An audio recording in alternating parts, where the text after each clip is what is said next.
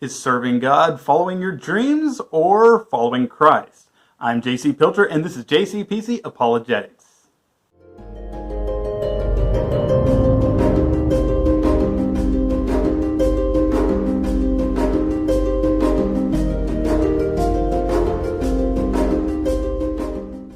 Hello, and welcome to another Friday and another video. Today we're going to take a little bit of a change of pace. Something that I hope to be coming kind of more regular in the future.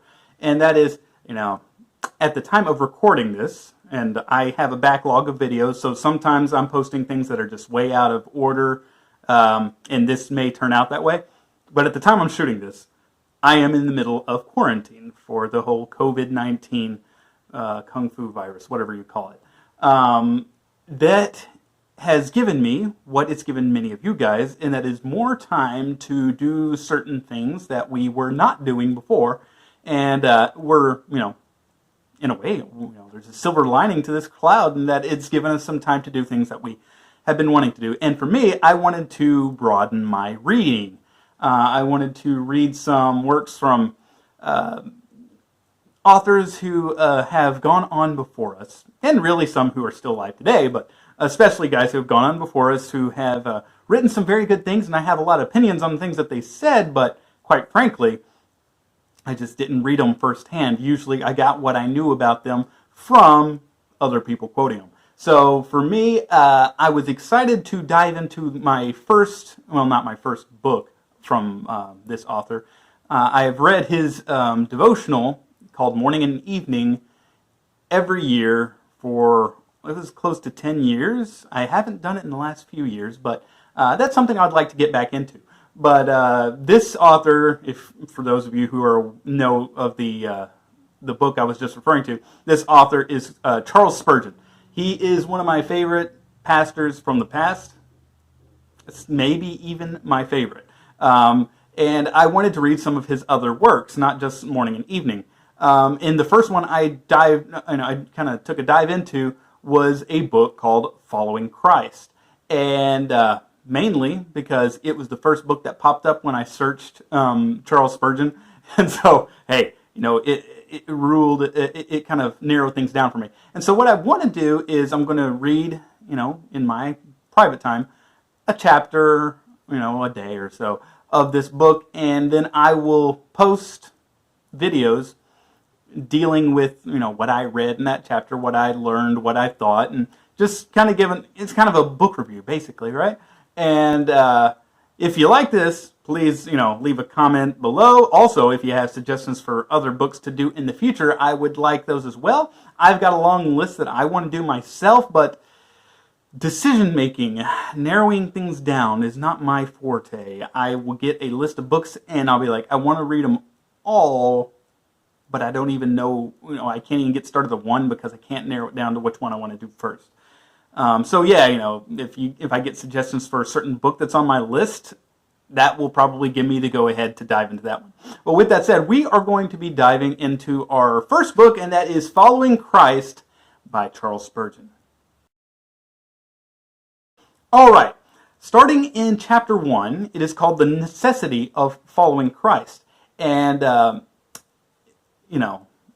this is very simple, but I will say it. I found it a very good chapter. A very good, when you start reading some of the older writers, especially if you go into the Puritans and things, you're always concerned that you're going to get extremely wordy and that the thing's going to go on and on and on and on and never end. But, Charles Spurgeon, what surprised me about this book so far is that he is very concise, at least in my opinion.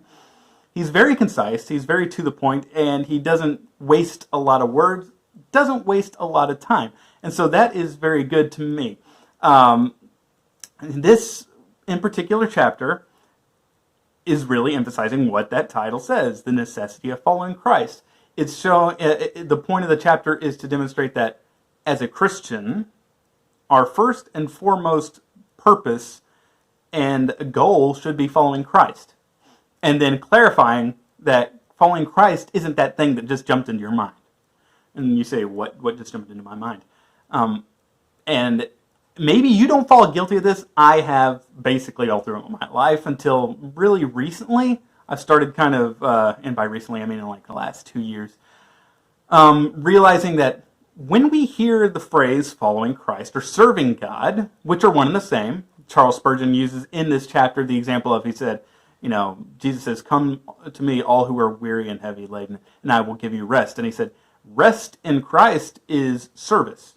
As believers, we know that our rest involves service. Heaven, our eternal rest, is not a place where we just sit back and relax all day. It's a place where we do a lot of work. We're always serving God in heaven. It's not leisure, you might say. That's not what Christian service and following Christ is all about. But when we hear that phrase, serving God, we always want to jump to the conclusions. He used the example in the book, and really that's almost the first thing that comes to mind, especially for me, is, serving God, I need to pack my bags, leave everybody and everything I know, and head to Africa, and then I can serve God. Or somebody wants to start a big ministry. I'm serving God by doing this ministry. Spurgeon in this book points out, he says, many people, when they think of serving God, they want to start on the top rung of a ladder. He says, you don't get there in one jump. You have to climb it.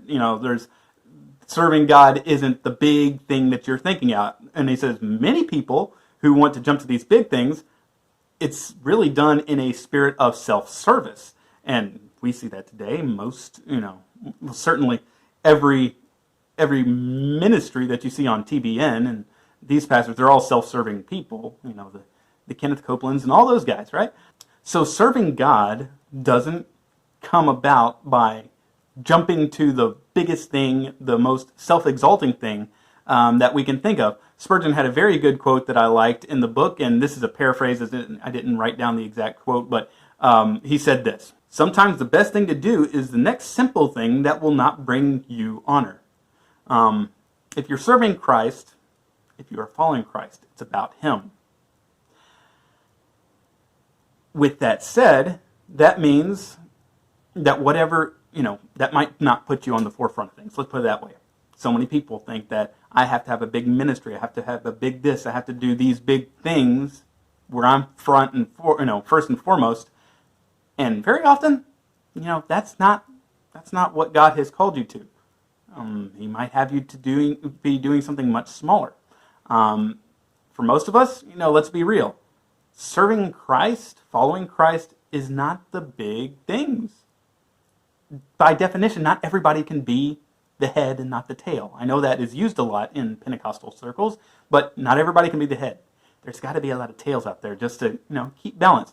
People have got to hold up the leadership. There cannot be leaders unless there are people who follow. And all those things are important. That's why, Paul used the example of the church as a body. It says all of them are needful. There are certain parts that we hold up as in, being of a higher honor than others, but the truth is we are all equally necessary. We don't survive without the entire body. So that means, as a Christian, your job when it comes to serving Christ is not to jump to the first big thing you think of, but to serve God in the next simple thing, the next good thing that God has put in front of you. And that is something that you don't have to change your life situation to be able to do.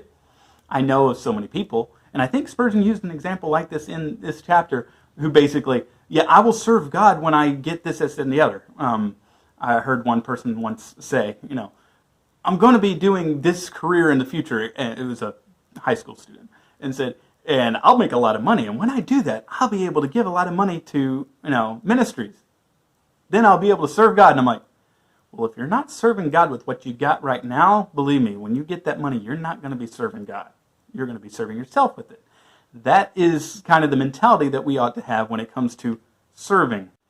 So what Spurgeon basically concluded that all with is, rather than jumping, seeing serving Christ or following Christ as, the big thing and jumping to whatever is the first big thing that comes to your mind, he says, it's probably better that you just sit back and just imitate Christ in your life. You can do that regardless of your situation.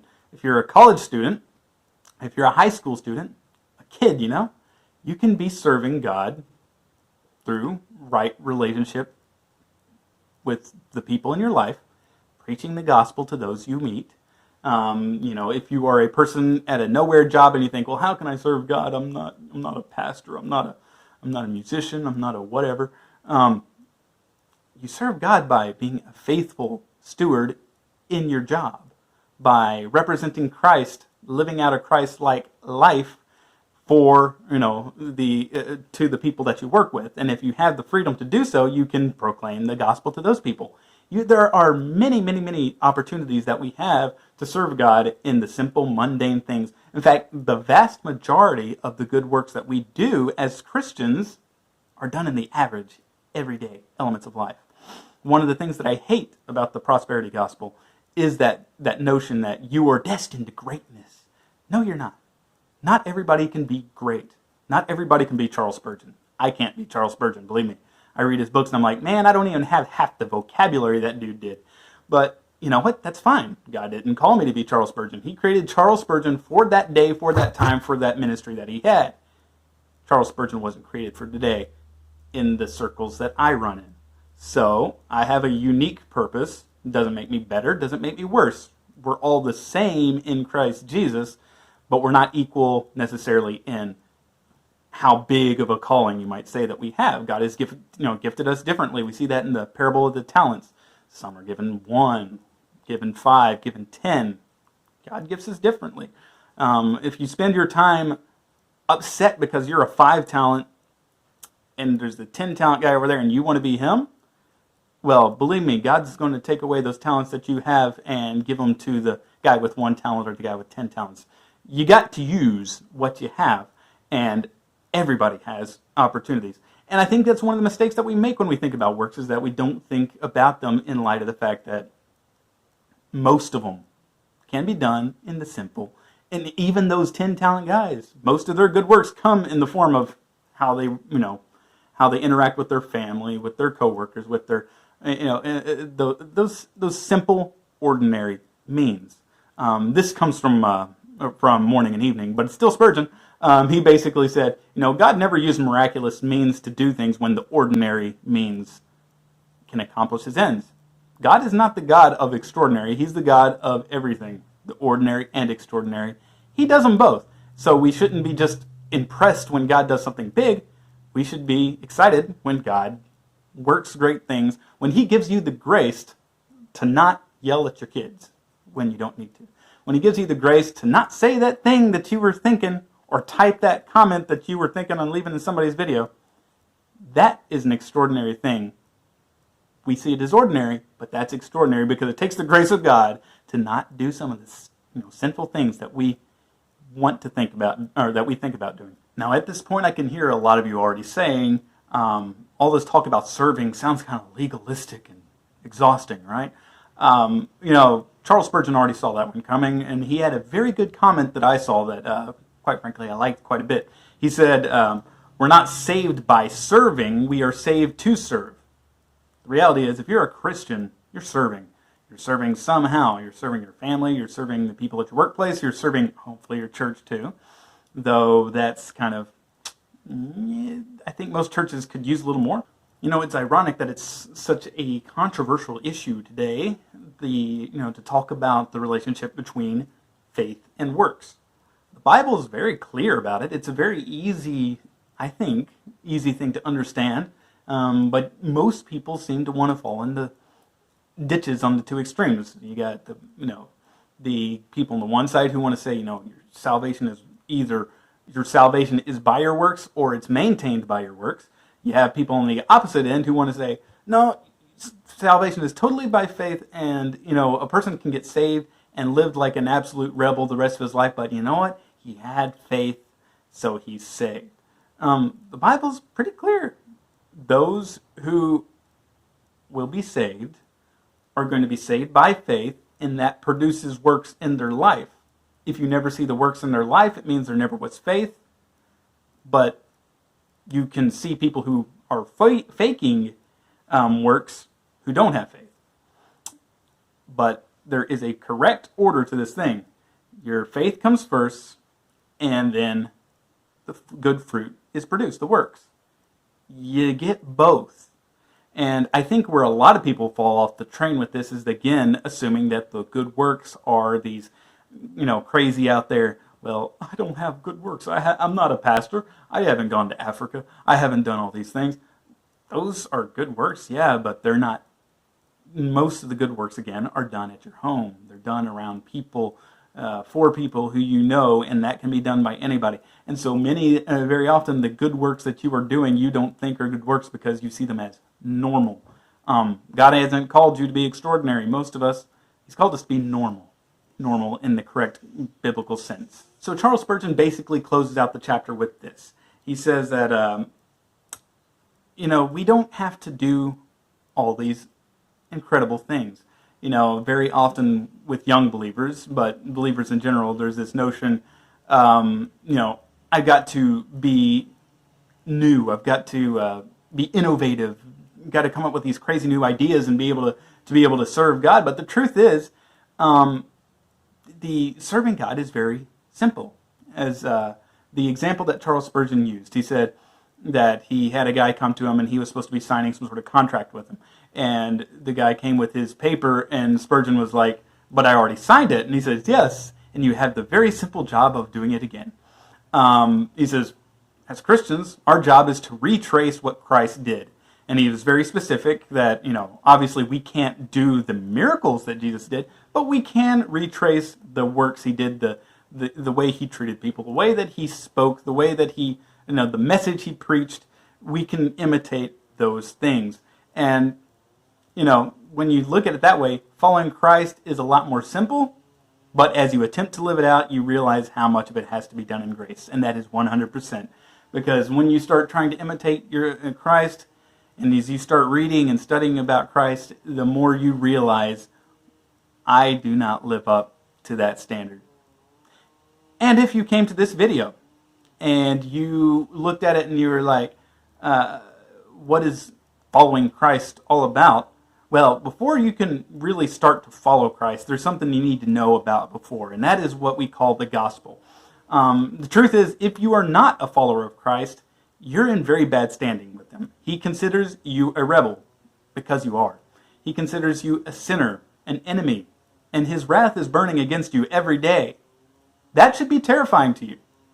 And if you are concerned about this, and even if you're not, I would ask that you click on this video that I'm going to leave linked after this one is over, and it's called What is the Gospel? And there you will hear explained to you what the gospel is, what we as Christians believe, and you can begin, by the grace of God, to follow Christ the rest of your days. We do not promise you an easy life. In fact, we promise you trials, persecutions, trouble. People will lie about you. People will slander you. People will not treat you the same as they did before. But the truth is, eternity far outweighs the little bit of trouble that we have in this day and age. And for all you other guys who watch this video because you followed the channel, you just stumbled on it, or whatever, if you want to hear more videos like this, again, more book reviews and things like that, definitely leave some comments about what you would like to hear. Give me your thoughts on the book. And hey, if you decided that you wanted to read along, you can leave some comments for the other people who might view this video about what you thought about this chapter. So that would be beneficial to all of us as well. It's amazing how two people can come to the same book and get different insights. And so you might have picked up on something I missed out on. Either way, God bless. Have a great day.